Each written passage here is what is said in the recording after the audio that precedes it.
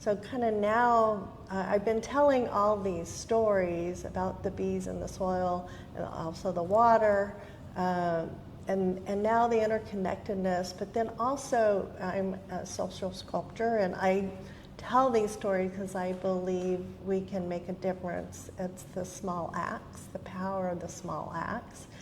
The other part of my work, or the latest part of my work, like what you're seeing behind me, is the success stories, the small things we can all do, but also we need to have hope and we need to see that there's been some amazing environmental things that have already happened, and we need to continue those things. We need to tell those stories.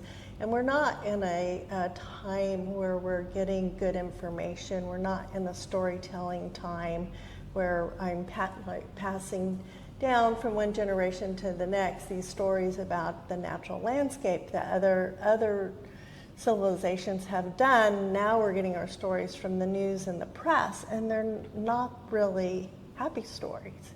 So having tell these success stories as opposed just to the negativity that happens is really important, what I'm really trying to focus now. However, I do keep telling stories about soil and water, and it's all intertwined, and I can't really separate it. First of all, I would like to thank you for being so supportive. It's a pleasure and it's an honor, I think, being privileged. To me, privilege is having the ability to do for others.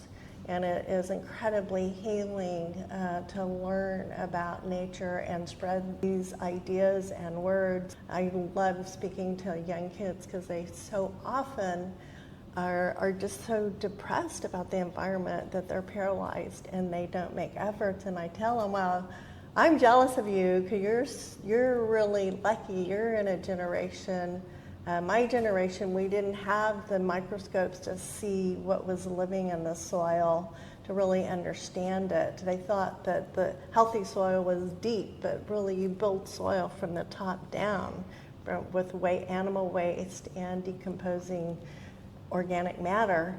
But this new generation, you have the science and you have the knowledge of the mistakes that we've made, and you can get it right. You just need to make the changes.